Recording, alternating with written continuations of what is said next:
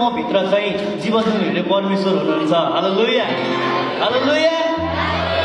मानिसले धेरै धन सम्पत्ति कमाउन सक्छन्, तर जब त्यो मानिस बिराम अवस्थामा अस्पतालमा भर्ना हुन्छ, उसको पैसाले पनि, उसको धन दौलत, उसको नामले पनि उसलाई बचाउन सक्दैन।